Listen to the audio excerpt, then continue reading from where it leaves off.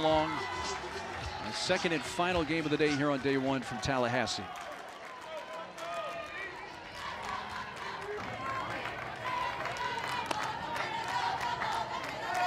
Oh, he talked about how long it's been since Florida State's been able to play at home this season because of their unique season and timeline. But this crowd is ready to go. They've been waiting a long time to be able to cheer for their favorite team.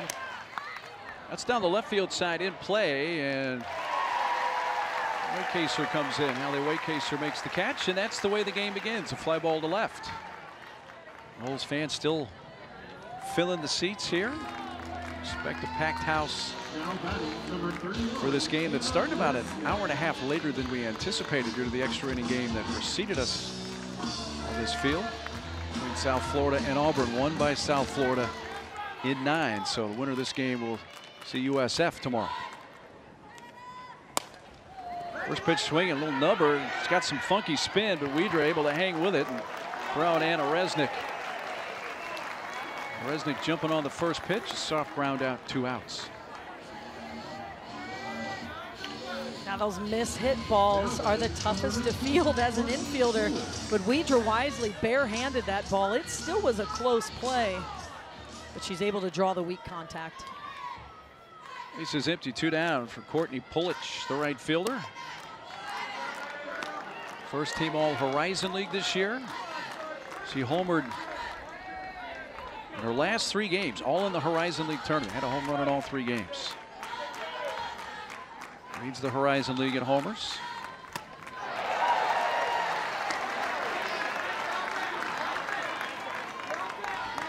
Greensburg, Pennsylvania, on the southeast side of Pittsburgh, her hometown.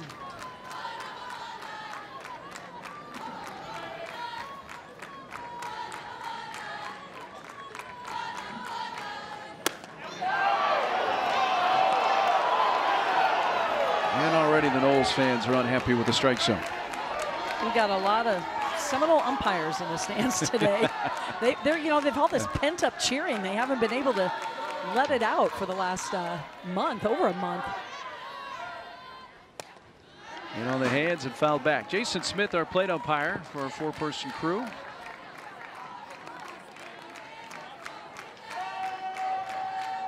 On a hot, humid Friday afternoon in Tallahassee.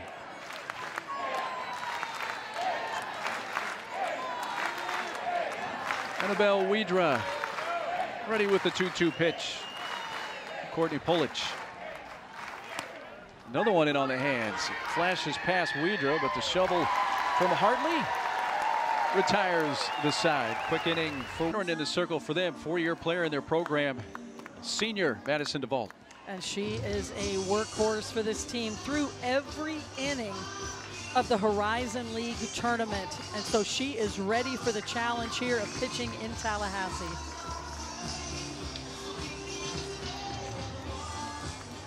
Let's take a peek at the lineup she will face for Florida State, presented by Capital One. Issa Torres was part of the workout yesterday, but then started feeling under the weather and actually departed the facility a little early. We were concerned about her availability today, but I guess we should not have been concerned. She is healthy and ready to go. It takes ball 1.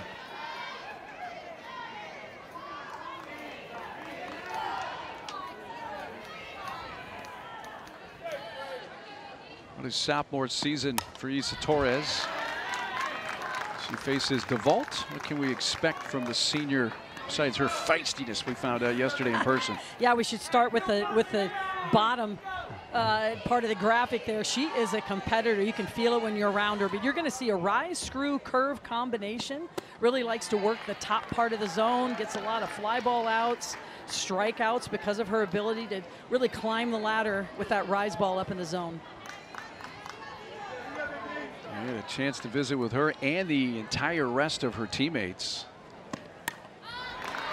Normally we chat with a handful of players from each team, but Robert Morris, they just came in as the whole team and we're like, yeah, let's run with this. So we had a chance to meet and talk with everybody on the squad.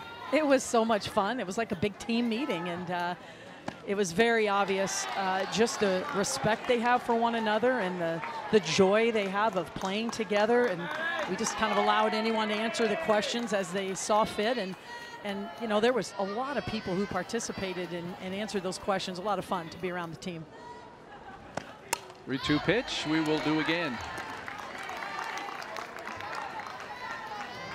Lisa Torres, I mentioned the sophomore season she's having. She has not had back-to-back hitless games this year. In fact, she's only had 8 hitless games total on the season. She's hit in 46 of their 58 games. And that's to center field and off the fence. Chasing it back towards the infield is Matheny. Throw coming to third base and in with a slide. Now that gets by and went into the dugout and should be awarded the plate. And Lisa Torres, triple throwing error. And just like that, one batter into the game, FSU has a 1-0 lead.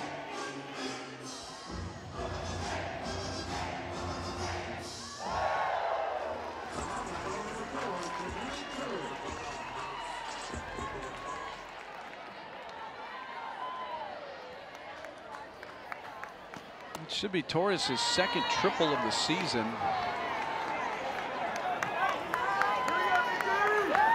Janai Kerr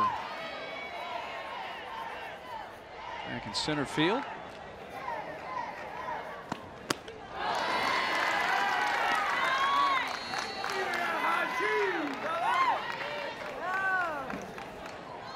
Lisa Torres already making her presence felt in this game like she has done so many times this year and last year. I mean, she shows you why. She leads the nation in hits. And when you lead the nation in hits, first of all, you probably are at the top of the order. She's the leadoff batter, lots of opportunity, but she makes good on those opportunities. She can bunt her way on base. She can hit it over the fence. We saw the extra base hit there. Just so many ways for her to get on base. Popped up in foul territory and a play there in the coach's box. Elena Puzzajani. Of power and then the speed to back it up, really force the defense to make a play there. This is Florida State's 56th game of the season. This is the 32nd time in those 56 games they've scored in the first inning. Which is a big reason they've had a lot of success, Carol, this season. They just really start pouring it on their competitors early in the game. Yeah, and what that says to me is they've also done their homework. They're ready for whatever pitcher is in the circle. They know what they're hunting. They know what they want to do. Dak drilled, diving attempt off the mid of Jess Matheny. But Dak will trot it to second base with a 1-out double. Her 9th two-base hit of the year. They are going to attack it and do so with power. Ball one just off the outside part to Michaela Edenfield. Always nice to chat with Michaela, which we did at length yesterday once again.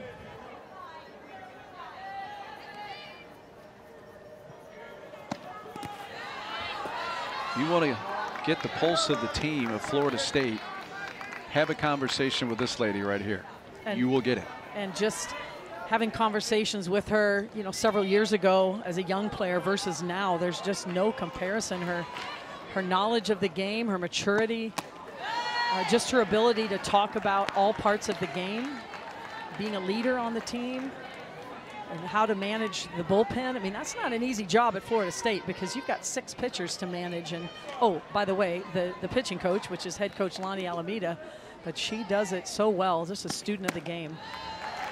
It's a 4-pitch walk to Edenfield.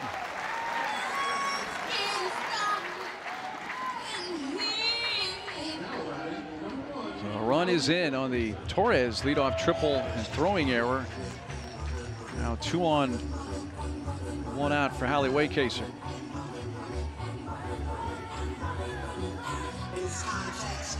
Edenfield walks for a 40th time this season to lead the squad, and this is the bat to Waycaser.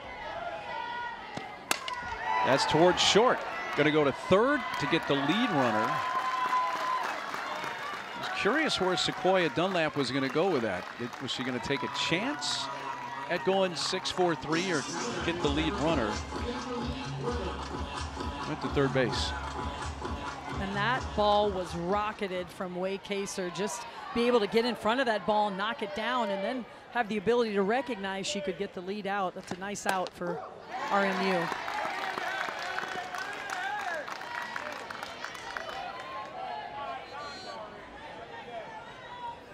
It was an interesting decision. Once you throw to third base, you're basically committing there just to getting one out, because you're not going to get the runner all the way across the diamond most likely at first. Waycaser runs well.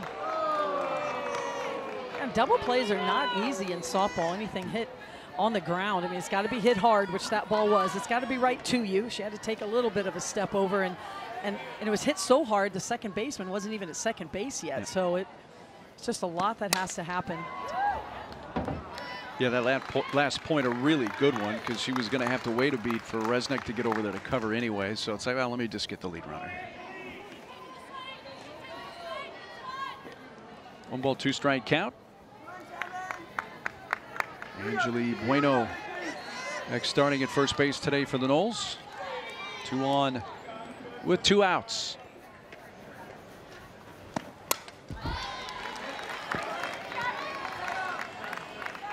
Well, if you're Robert Morris, the Colonials, you can get out of this first inning with just the 1 run across. That's a win to start this game. Without question, especially with the way how hard Florida State has hit the ball. Always putting pressure on the defense. And Madison DeVault will do just that. Pretty good number of folks down here from the Pittsburgh area over by that third base. Mary Brandt had the walk-off 2-run home run in the bottom of the 8th of the Horizon League title game against Purdue-Fort Wayne. That sent him to the NCAA tournament. Leads off here.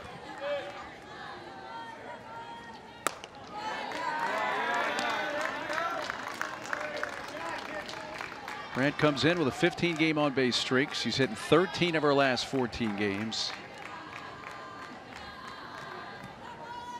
That was the Horizon League co-freshman of the year, along with Wisconsin Green Bay's Sarah Ebner. Come on, baby.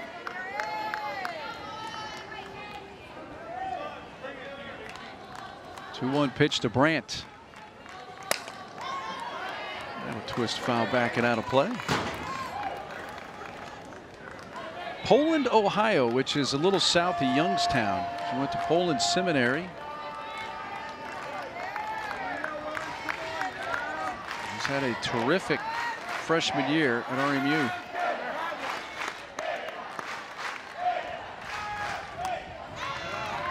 And she works it to a full count.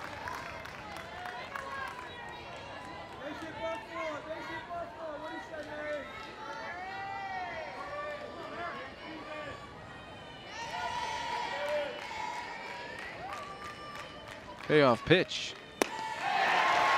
Ruger challenges and gets the strike, but the ballpark will hold it. Back to the warning track, Janai Kerr holds in a very loud second out off the bat of Kutsajani.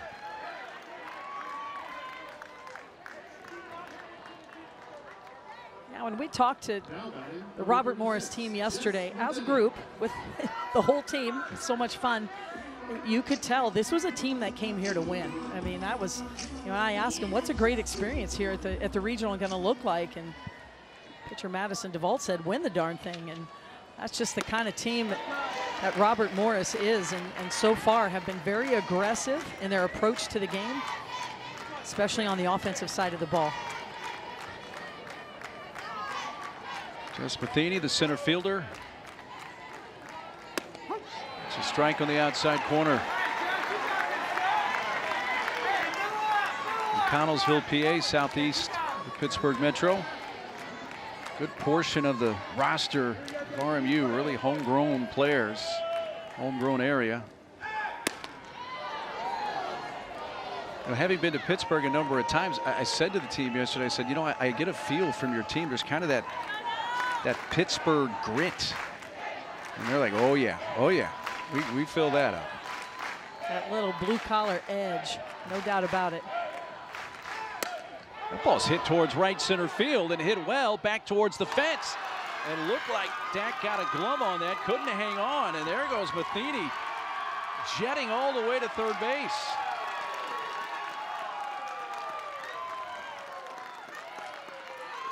Potential tying run 60 feet away with 2 outs for RMU.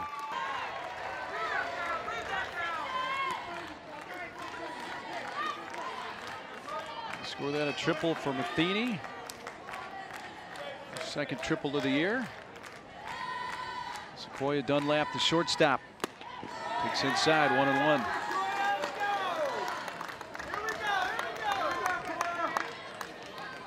Dunlap, Uniontown, south of Pittsburgh. Not far from the West Virginia state line.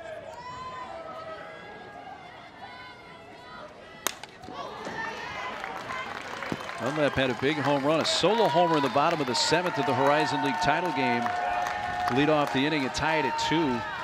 She had been hit by a pitch and was going to first, and they called her back, said she wasn't hit by the pitch. I asked her yesterday, I said, were you hit by the pitch? She said, absolutely, I got a bruise to prove it.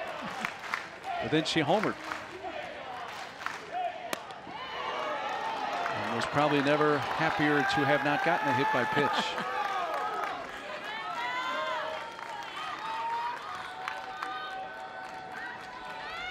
She battles Wedra with a 2-ball, 2-strike count and 2 outs. Something Robert Morris has been doing all season long. This team has set single-season records in almost every offensive category. They've been able to score a lot of runs, but they've done it a lot with 2 outs. They're hitting .311 as a team with 2 outs, so they're able to extend innings. We're looking for one right here. Patiently, Dunlap takes high, and it's a full count.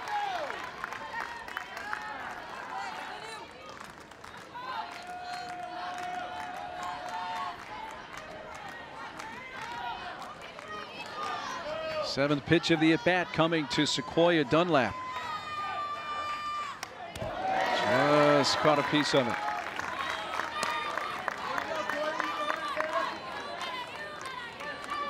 Dunlap, it's been her true freshman year at Towson. An injury ended her season, then transferred to RMU.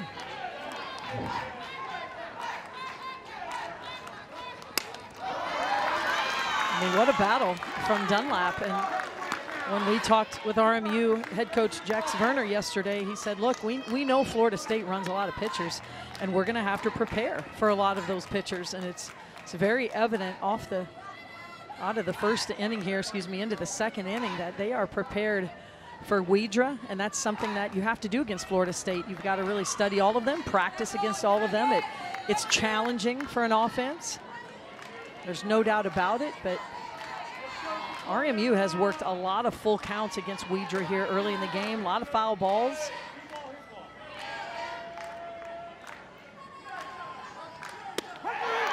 Strike 3 call on the inside corner. Wedra painted the black on the inside edge to get the strikeout, her second of the inning to end the. Here we head into the home half for the second. Jason Beecham leading off. 7, 8, 9 hitters here for the Noles, who lead 1-0.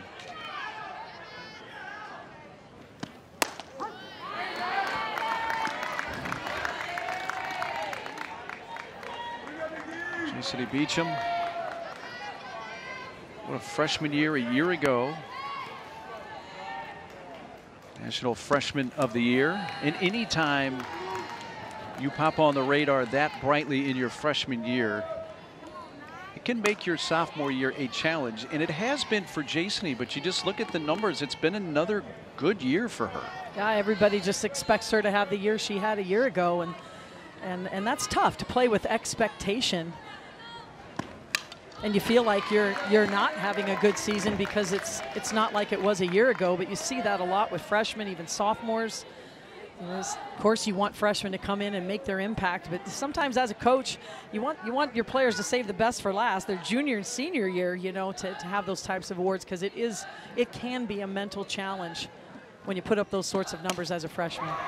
In on the hands, and she fights it off and drops it into left field. And Beecham begins the 2025 NCAA. Ball 1 to Shelby McKenzie. She's getting the start as the DP here, playing in her 33rd game, 13th start. At Pace High School in Pace, Florida. True freshman McKenzie takes a strike.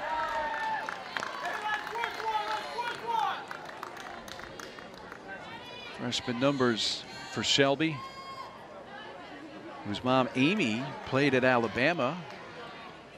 Brother Jackson on the Mississippi State baseball team. And she's typically been in more of a pinch hitting role this season. Has had a lot of success in that pinch hitting role, hitting over 400 with 19 at bats, but earns the start today.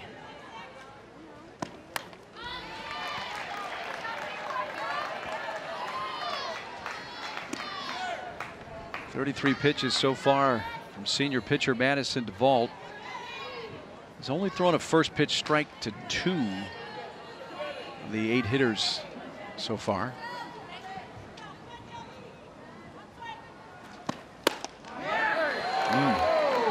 It's where she wanted to put it. Didn't miss by much.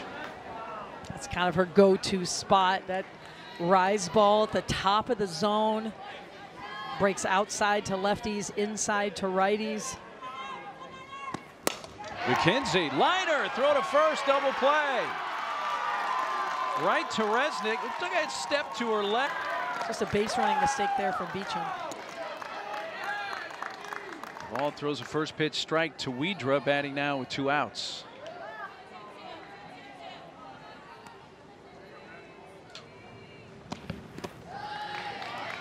Speed pitch low. Two-way player Annabelle Widra, Birmingham area.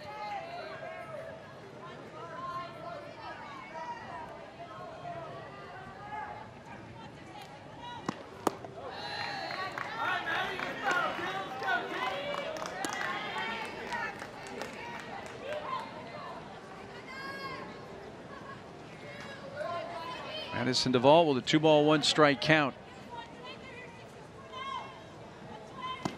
Look out. Lost the grip on that one.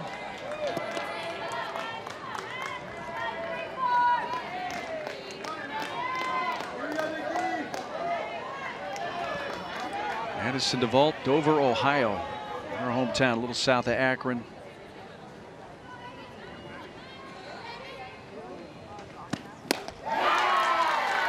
Full count. You know, she's got a little bit of a methodical windup. It does not appear like it's going to come as fast as it does, but she has such good leg drive arm whip that it really gets on the hitter pretty quickly, especially up in the zone. It comes back and gets strike 3 looking on Widra. Currently in the top 10 in the country in terms of ERA.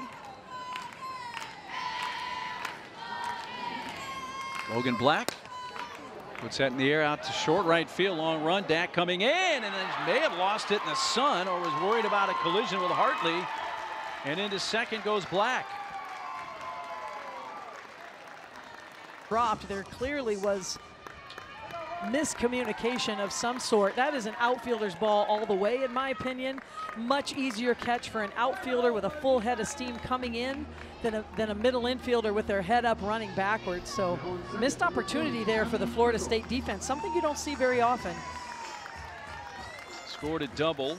Abby Quickle's going to run at second base for the catcher Black.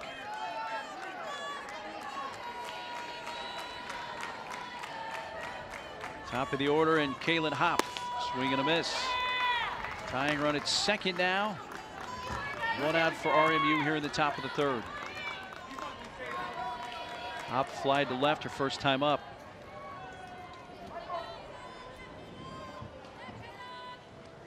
I call nothing at 2.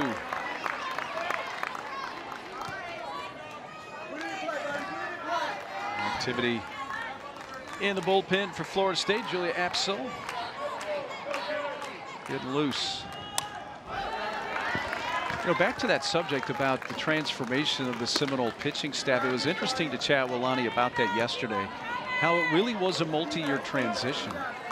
And in many ways, it started with Kat Sandercock, going back to her era here, where her role changed. And just getting Kat Sandercock to buy in. You know, you have to believe. You think about the transformation of Kat Sandercock. She always was a down ball pitcher, then could work down ball on both sides of the plate, then added the change, then something up. But she couldn't do it all by herself. And so Coach Alameda said, look, and also, you know, she does such a good job of tracking velocity throughout the season, spin rate, movement throughout the season, and could show Kat Sandercock, hey, look, we're not strong enough and durable enough to get through the inning. We need more pitches, and laid out a plan for her, and it involved her teammates. And the rest is history, as they say. But it took a couple of years to really totally transition to the style of pitching staff that she has now. You got the potential tying run, Quickle at second base. Florida State scored in the first, a triple. Marisa Torres, who circled the bases when the ball got away for a throwing error as well. Ball's to center field, but right to the center fielder, Janai Kerr. Hit well by Hoff. But lines out to center for the second out. Seen a lot of good at-bats here from the Colonials. They're barreling up quite a few balls. They're just not able to quite get on top enough. Look for them to make a little bit of an adjustment, get their barrel to the top of the zone a little bit quicker. And Weidra does get a lot of fly ball outs, but I would call a lot of these line drive outs, Mark, so far that I've seen. Yeah, they've been making some solid contact. Here's Anna Resnick, who rolled out to the pitcher first time up and pops this up in foul ground. I don't think there's any question. Bueno was battling some sun there and tried to make a basket catch on the move. We saw that yesterday when the teams were practicing at this time of day. That sun is really tough on the right side of the infield, right field. It's definitely come into play twice so far in this game. And look, Florida State practices and plays here every day, but that still doesn't make it easy. It's a blue sky, the sun is bright, and you've got to do everything you can to shield the sun off your face. Get your glove up while you're running, visor, sunglasses, hats, whatever it takes to be able to make that catch. Tex Varner, the head coach of RMU, used a timeout to have a quick chat there with Resnick. It's an 0-1 count.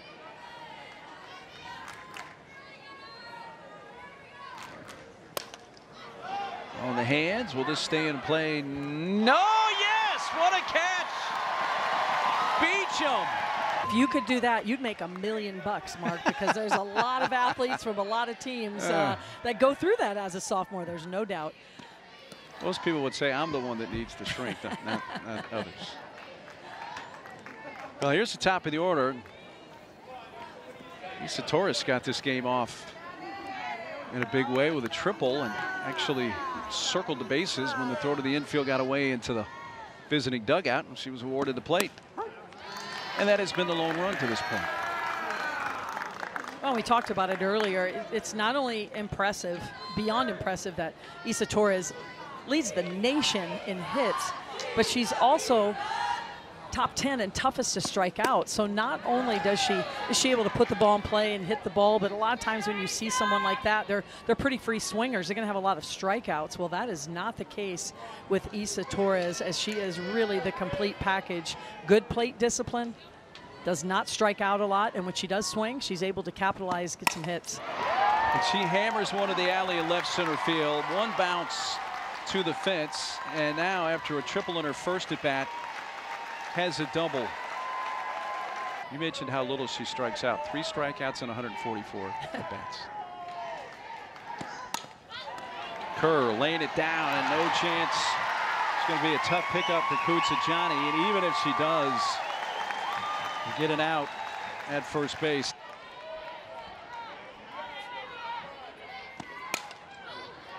Base hit for Kerr. Dak first pitch swinging, fouls it off.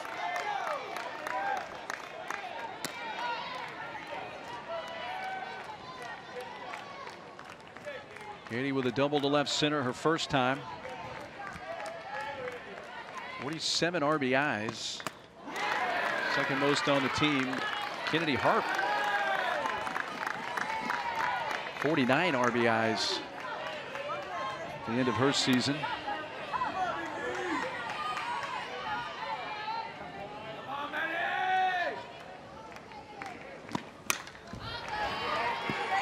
Back fouls another. It stays 0-2.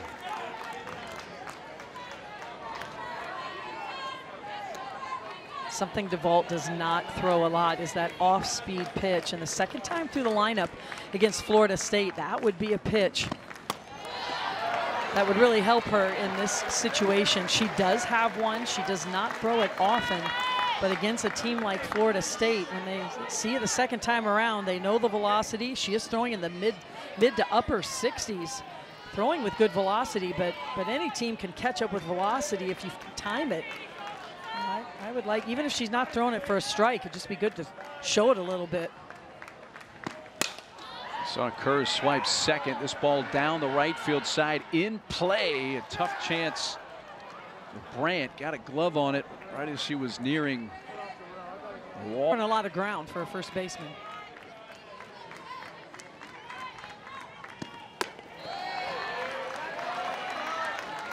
.68 miles per hour. No question. DeVault's got some velo. Second and third, nobody out. Noles looking to add to their 1-0 lead in the bottom of the third.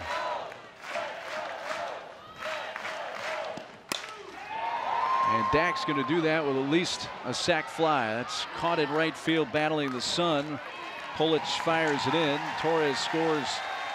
Kerr goes to third, a sac fly for Dack, who's now at 48 runs batted in on the season, and it's 2-0 Noles.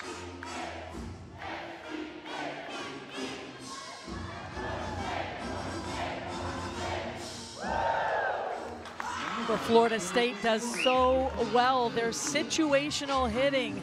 In that situation, less than 2 outs, what do you need? You need the ball to the outfield, and Katie Dack's able to deliver. It's what Florida State does so well. They're able to execute what the situation demands. Enfield shoots it foul down the right field side.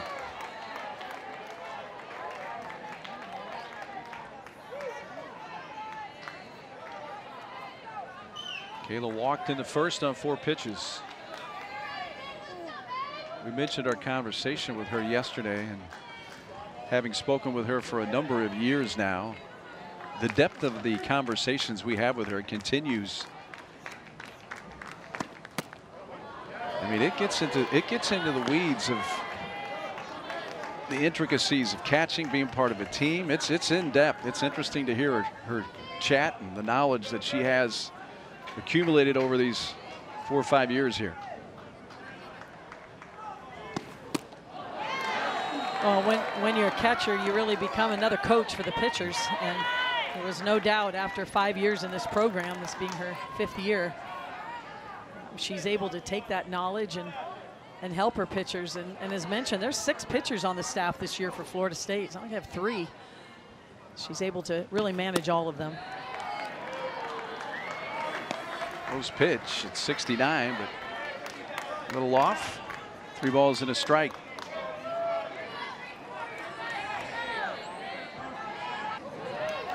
And she walks for a second time.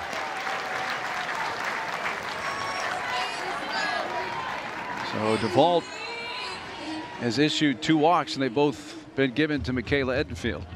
And that puts runners at the corners with 1 out. Travis Wilson breaks out the lineup card, and they're going to run for the catcher Edenfield with Maddie Fry.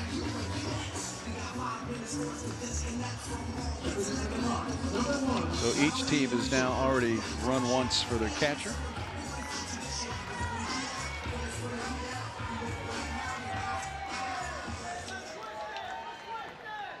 Fielder, Hallie Waycaser steps in. Infield tightens up for RMU.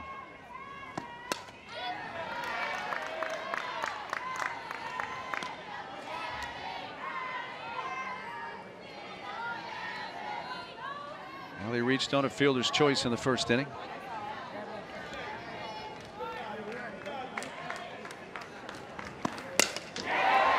Last one to right center field. A long run and off the fence.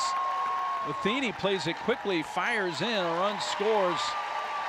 Fry all the way to third. It's a double for Waycaser, her 5th two-base hit. 3-0 Florida State.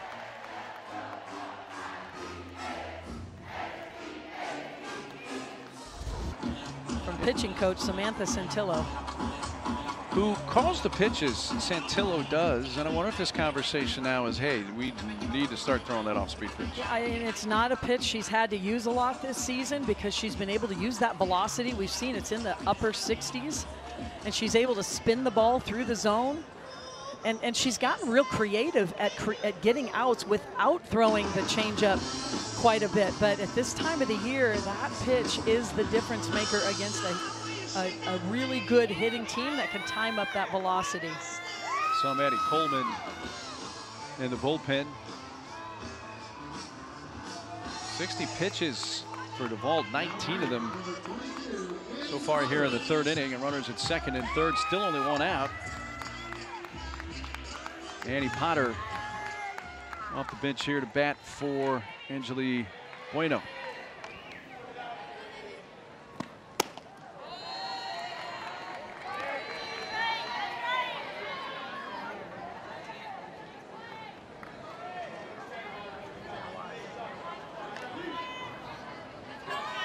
Runners at 2nd and 3rd. There's the safety squeeze. Gets it down, throw home, tag needed, safe. Ball rolls out of the mid of black. Potter's going to wind up at 2nd base. And Florida State tack. That's hit towards left center field. Hop makes the catch. The tag. Fry headed home. Throw's going to go to 3rd base. Fry scores the 3rd run of the inning, 4th run of the inning to make it 5-0. Pitch by committee, this lineup, whether you play an inning on defense, whether you come in to have a pinch hit, that's really a squeeze bunt, a sac fly. I mean, you really see it all.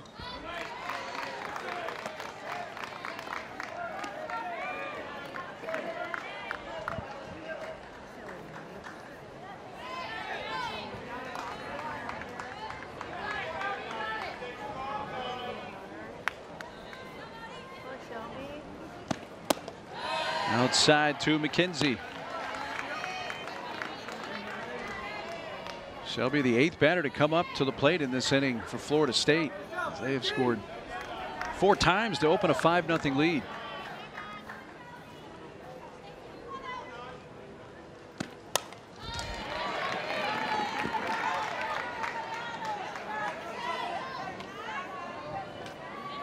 Next pitch from DeVault will be her 70th.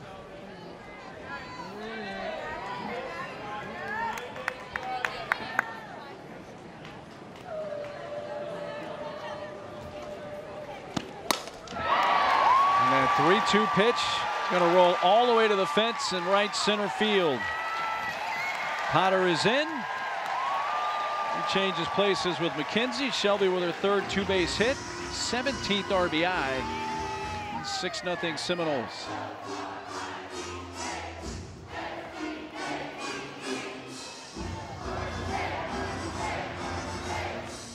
Florida State showing you why they're one of the top. Back up to bat. Widra shortens the bunt, and with Putajani drawn in at 3rd base, Dunlap not able to get over in time from short. Ross steals 3rd base. And you have to be ready every pitch. Florida State will take advantage of every opportunity they have. No one covering there is a big surprise. No one thinks you're going to steal 3rd base with 2 outs, especially with a left-handed batter up. That's an easier throw for the catcher at 3rd base. And Florida State makes it look easy. Team leading 21st steal of the year. Ross has only been caught 1 time this year. Widra batting here for a 2nd time, struck out against DeVault her 1st time up.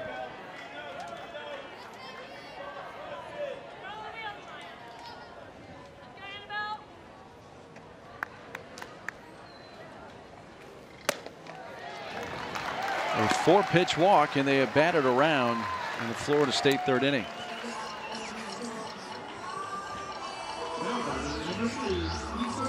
Issa Torres, who began this inning with a double and already has 5 total bases in this game, will bat for a second time in this inning.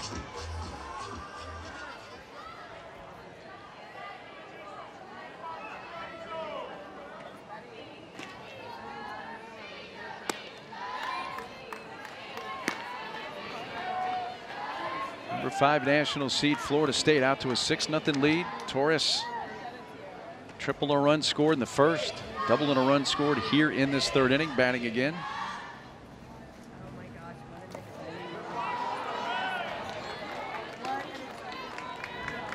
Florida State and RMU playing the second and final game of day 1 here from the Tallahassee Regional. First career game for Torres, with a double and a triple in the same game. Looks that to left. Hopf coming in. He makes the catch to retire the side. But 10 batters come to the plate, and the Seminoles score 5 times. At the end of 3, 6-0. Hit last inning. They just stayed in the game and they just rotate around. They have good athletes. So the only substitution was Apsel for Hartley, who was playing second base in the 10 spot. Drops foul out of reach of Dak.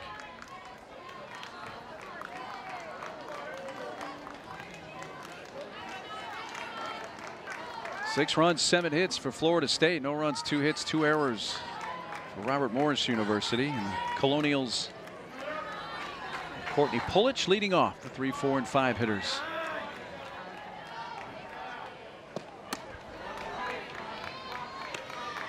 That velocity almost touching 70 miles per hour from redshirt senior Julia Apsel. And 4 years at Hofstra. In her first season with Florida State. The lefty misses in the dirt.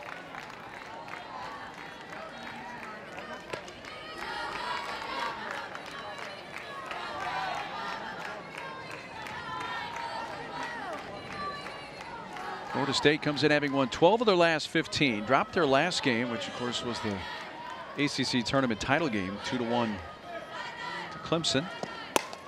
Ground ball, and Widra.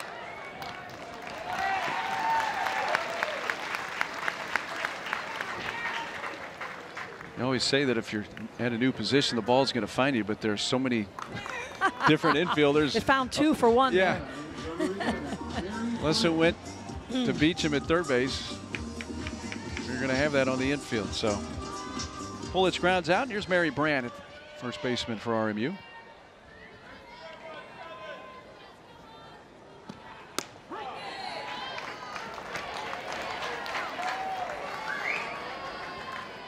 Brand battled but struck out her first time up in the second against Widra.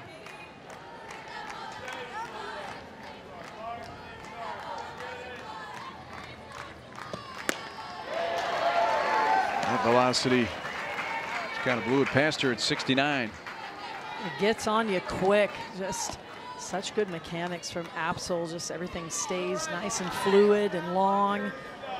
On what's called the power line between the pitcher and the catcher, straight to the home plate, straight to home plate. And it's that upspin, just tight upspin on the ball.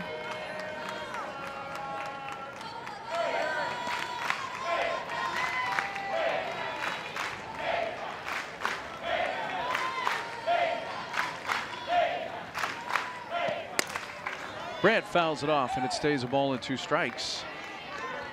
You know, one thing that doesn't get talked about enough with this Florida State pitching staff, yes, they're in the top 10 in the country in ERA. That's going to put you in every ball game you play and give your offense a chance to win it. But what's equally as impressive is they have the lowest walk total in the country, just 78 walks that they've given up as a staff. Completely fooled her there. Couldn't pull the trigger, and Brandt called out on strikes.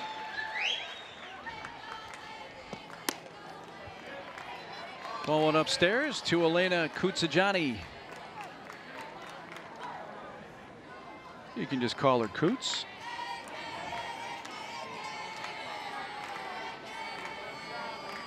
Coots fly to center her first time up.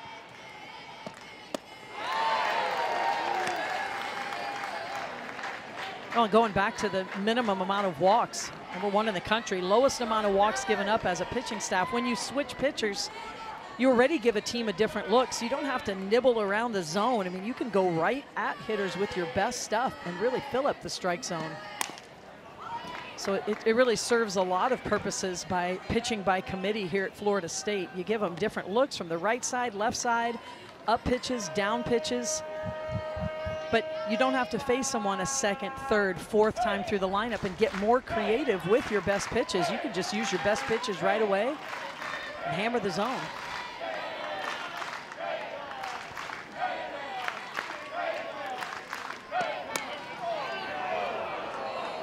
A little bit high at 70 miles per hour. 2 balls, 2 strikes.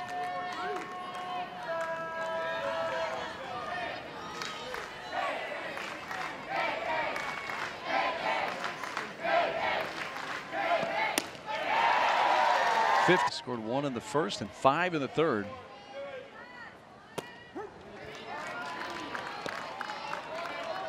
Kerr with a bunt base hit last time, a stolen base and a run scored is 1 for 2.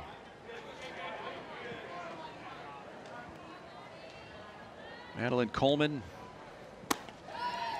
at the final out of the third. She came on in relief of the RMU starter Madison DeVault.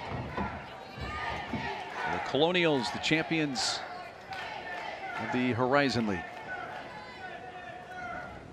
Oh, it's in a strike. You know, I was surprised when I went back to see how many times Florida State has played RMU in softball.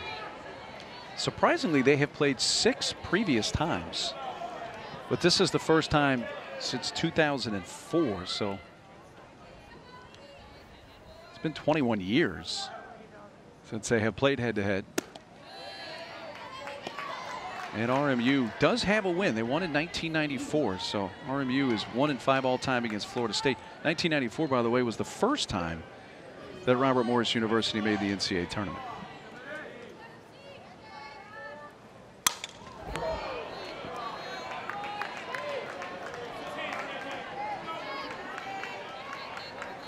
So they pick up the won't call it a rivalry, but it's been 21 years since these schools have gotten together to play softball.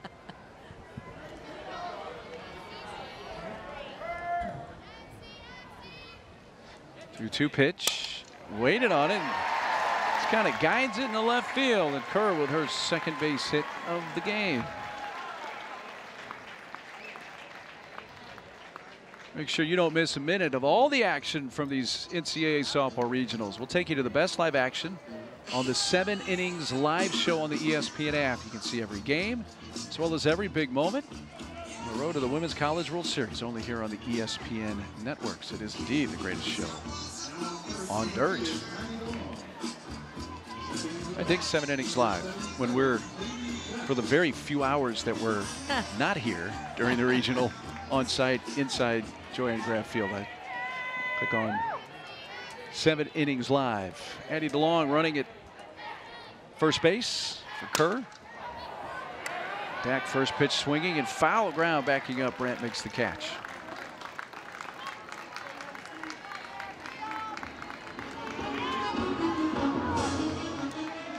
That out, kind of an example of hitters want to hit, and that was not a strike in the zone for Katie Dak, but it's that's why it's so impressive when you see a big hitter, a power hitter that has a lot of walks. It just shows they can show you that patience as well. It's tough. There goes DeLong. The throw goes into center field, and she's up on the way to third base.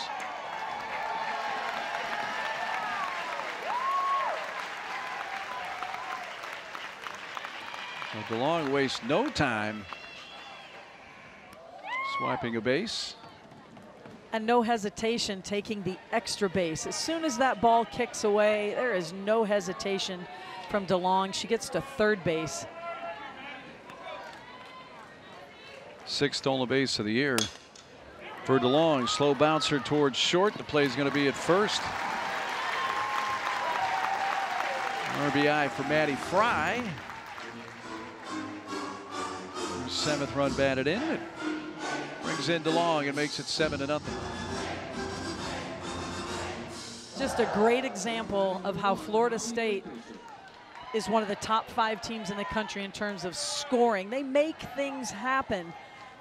The extra base on the stolen base throw that gets away, a ground ball up the middle. The play is taking the shortstop away from home. It's an angle down play. They score. They just are so good at situational hitting, putting runs on the board.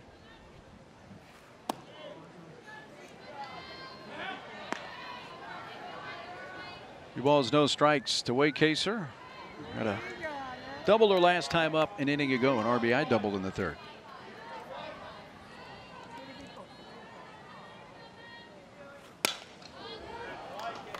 I mean, this happens a lot when you're watching Florida State. You look down and they've had 3 batters in the inning and they've had a single, and yet they have a run on the board. You see it all the time. It was a leadoff single, and then the stolen base, the extra base, the ground ball, the angle down play. That's just vintage Florida State, just manufacturing runs. Down the right field side, but foul by about 3 feet.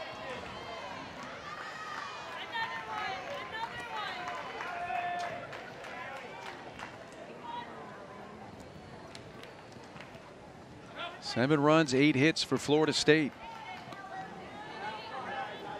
Winner of this game plays USF tomorrow in the first game, the winner's bracket.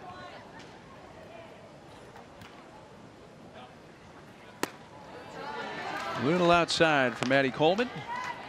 It's a full count.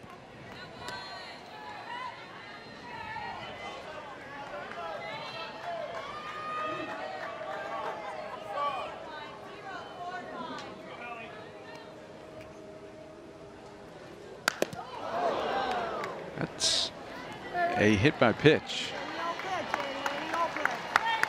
Instead of ball 4, he'll take her base via that fashion.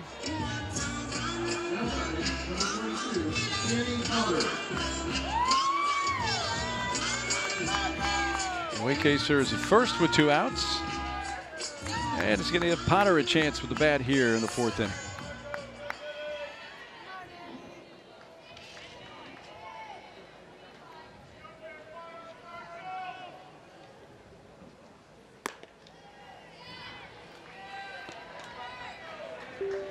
And he played in a couple games in the ACC tournament, played in the win over Georgia Tech, got in the title game against Clemson.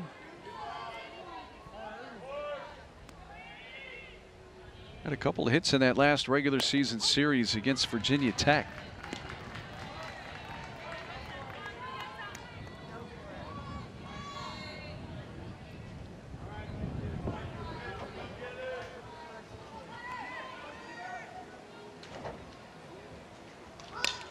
Potter bunting, but rolls it foul.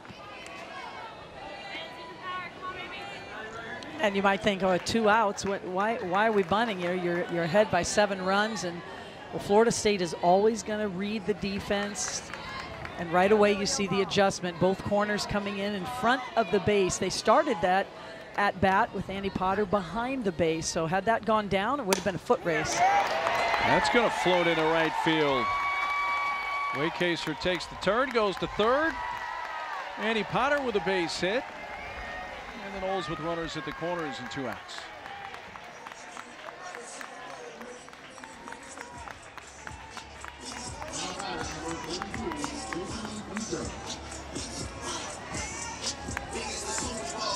Beecham comes to the plate.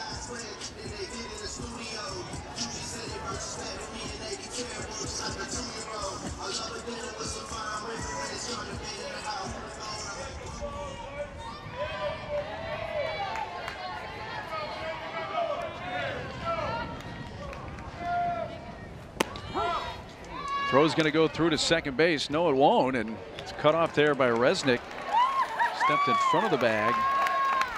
Almost caught Waycaser a little too far down the line.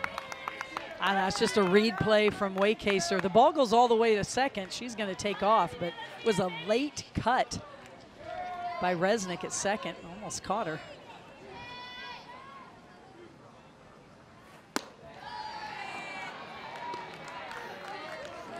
A couple of runners in scoring position for Beecham. Picked Picked up a run on a sac fly. Also has a base hit today.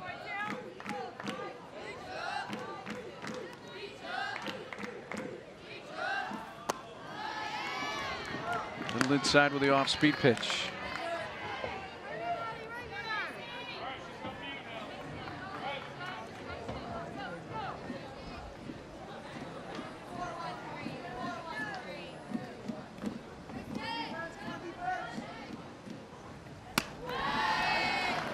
Way upstairs, 3-1.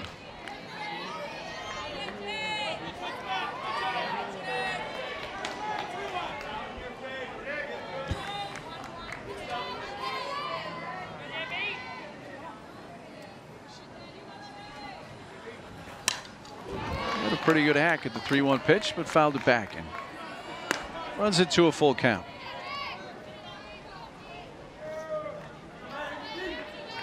Two on with 2 outs, a run in. And the Florida State fourth.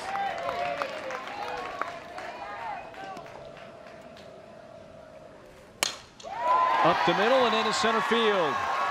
Waycaser is in. Here comes Potter. Throw winds up going all the way through to the catcher.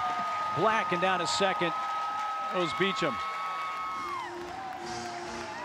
And it's 9-0 Florida State. Or with the score 9-0, that means an RMU, if the score were to stay 9-0, would have to score at least 2 to extend the game in the top of the 5th.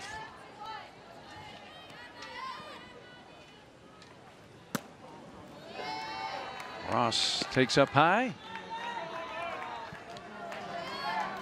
He came in as a pinch runner in the 3rd, stayed in the game at first base.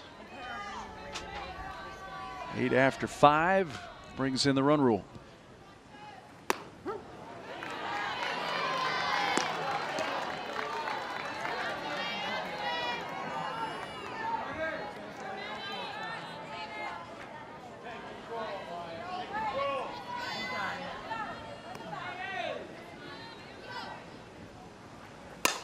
Right off Coleman, and it's going to roll to right field.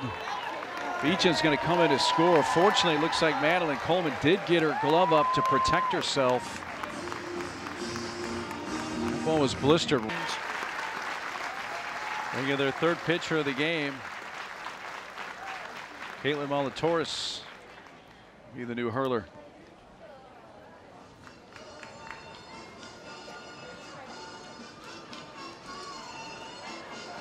So really 3 primary pitchers for RMU down the stretch of this season, and Caitlin Molatoris be the 3rd one we see today. Coming out in the circle, doing what she can to get this final out of the inning. She's experienced, as you mentioned, out of a 3-pitcher rotation. The primary pitchers for Robert Morris. And they turn to Molatoris to fill up the zone, get this final out of the inning. Sophomore from McKees Rock, PA, just northwest of downtown Pittsburgh. See the numbers as she makes her 21st appearance of the season. Last pitched May 3rd at Bowling Green State when she threw 4 innings, gave up a couple of runs. All Horizon League 2nd teamer this year, Molatoris. She's going to work in the low 60s, mainly a screwball rise ball. Gets a lot of upspin on the ball, has a little bit of natural arm side upspin. Also trying to work a changeup, will mix speeds down in the zone, give those hitters a look down in the zone.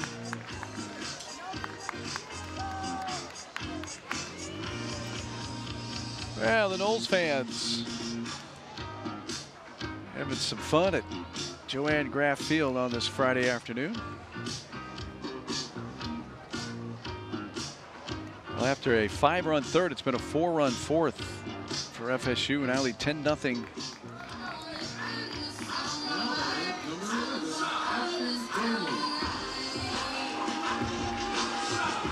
th game this season for Florida State to score 10 or more runs in a game.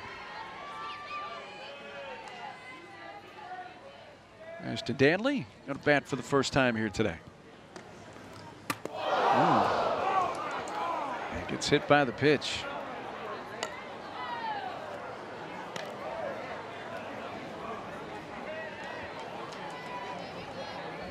Daly just calmly trotted to first, and looks like they're going to pinch run for it.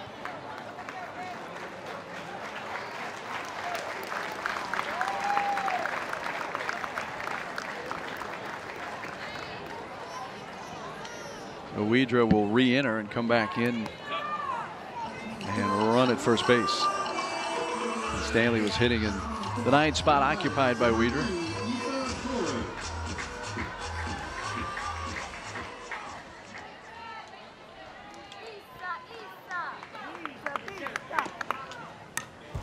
Torres fouls it back. Issa triple in the first, double in the third. Actually batted twice in the third inning, fly to left. Their second time up in that frame.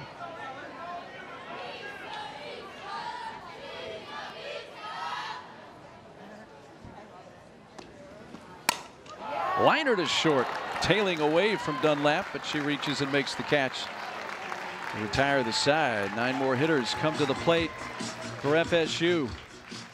Now RMU needs to get over the hump, and this is a team that's fought all year long. They've set school records on offense. They could use a little bit of that right now, get back into this game, but it's been such a good regular season for Robert Morris to get him to this point. And it's just very evident even being around them yesterday. There's a strike, 1 and 2. Robert Morris University in Moon Township, Pennsylvania is about 17-20 miles from downtown Pittsburgh on the northwest side of the Pittsburgh Metro. Private 4-year school, about 5,000 students. And if you're not familiar with who Robert Morris was, you got to go back to your Revolutionary War era to find Robert Morris, who actually signed the Declaration of Independence and is considered the father of finance in the fledgling country back then of the United States of America. So Robert Morris played a very important role in the history of this country.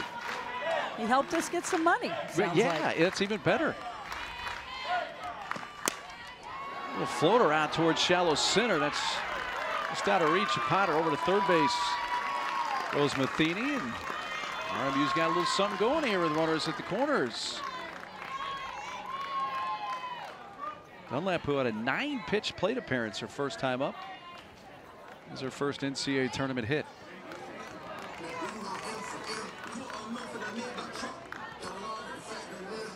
They're going to go to the bench and get Jamie Hardy an opportunity to bat here.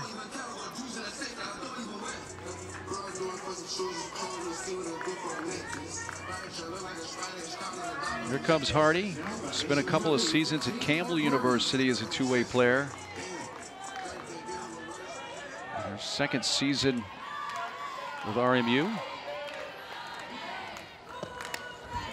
We watched her during the workout yesterday, and it started out, she was kind of finding her swing. She had an orange bat and didn't like it, got a different bat, and then she brought the orange bat back, and she just started launching moonshots out of this place. And then said, okay, it's not the bat. It's not the bat, it was me. Typical of any hitter. Well, it must be the bat. Well, I guess it's not the bat. But she did. When she was squaring them up, they were no doubters.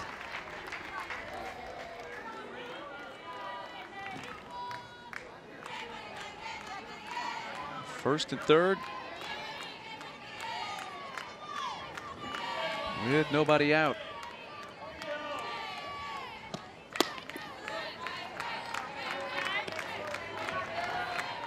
Well, Hardy has a lot of power, as we talked about yesterday, and she's shown that power this season. She's also hit into quite a few double plays, and with the lead that Florida State has, middle infielders are playing deep and thinking exactly that. Let's turn 2.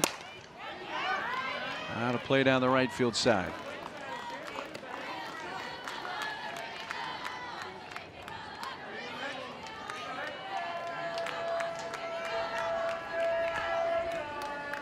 All in 2 strikes on the pinch hitter, Jamie Hardy, senior from Lovettsville, Virginia.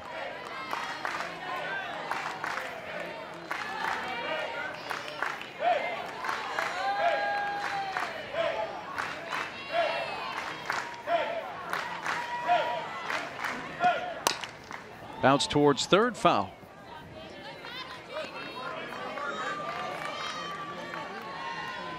Amy Hardy's made 4 pitching appearances this year. See the shadow creeping from the third base grandstand is now covered up the plate area. Pitcher Absol still in the direct sunshine. May have used it to her advantage there with that off-speed pitch and strikes out Hardy for the first out. Oh, it's going to have to make. It has scored an error. Top of the order now, and Kaylin Hopp, who's flied to left and lined to center. She's had a couple of good plate appearances. The 2 runs they need to extend the game are on base for Hopp.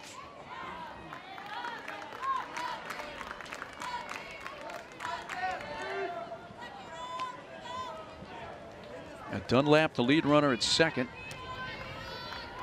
Black at first base.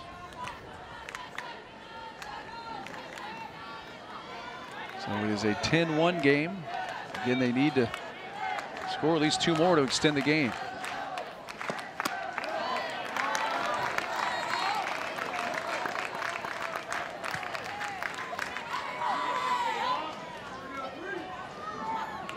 Absol in her second inning of work. She had a quick 15 pitch, 3 up, 3 down inning in the 4th, her first inning of work. This is in off the plate, and it's 3-1. Well, there is no quit in this RMU team. They've had to battle all season long, especially at the Horizon League tournament. Able to come from behind with the win. I mean, they've got a long road to go here, but no surprise that they have just battled back, got a run on the board, chance for more. Right call, and it's 3-2. 20 pitches thrown in this inning now by Absol.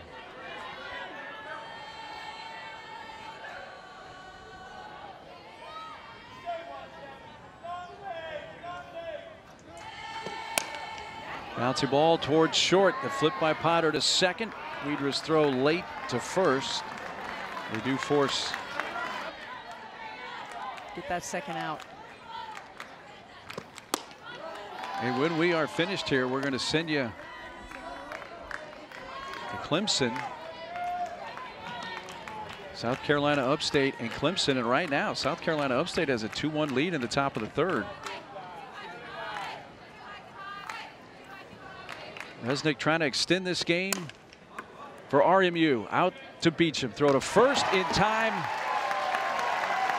And the 19th run rule for Florida State as they win it over Robert Morris University 10-1.